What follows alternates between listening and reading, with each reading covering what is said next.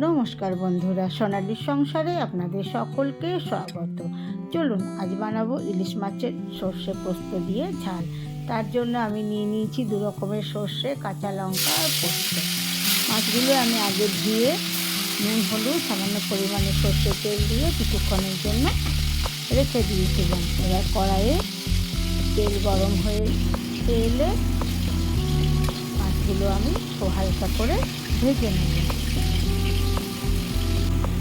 মাছ ভাজা হয়ে গেলে ওই তেলের মধ্যে দিয়ে দেবো অল্প একটু কালো জিরে আর আগে থেকে করে রাখা 1টা টমেটো পেস্ট, আর দেবো পরিমাণ মতো হলুদ। তারপর টমেটোটা ভালো করে আমি ভেজে নেব। টমেটোটা একটু ভাজা ভাজা হয়ে এলে বেটে রাখা সর্ষে পোস্ত কাঁচা লঙ্কাটা দিয়ে দেবো। তাও কিছুক্ষণ ভেজে নেব।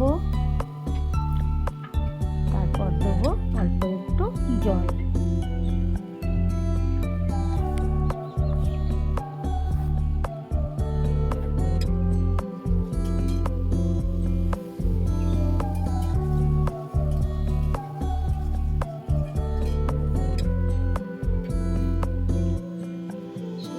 সর্ষের পোস্তটা একটু ভাজা ভাজা হয়ে এলে দিয়ে দেবো আমি এর মধ্যে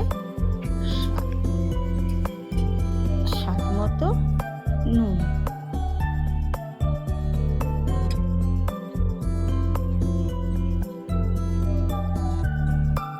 নুন দিয়ে আবার একটু কষে নেব। দিয়ে দেবো ভেজে রাখা মাছ।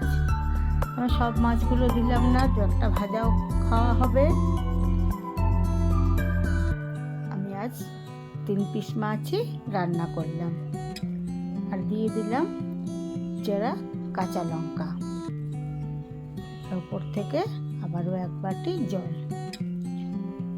এবার আমি অল্প একটু ফুটিলে নামিয়ে নেব। এইভাবে রেডি হয়ে গেল আমার সর্ষে পোস্ত দিয়ে ইলিশ মাছের ঝাল। বন্ধুরা কেমন হয়েছে জানাবেন।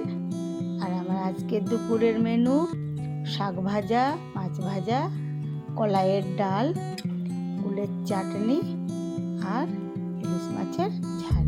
এই হলো আজকের দুপুরের মেনু।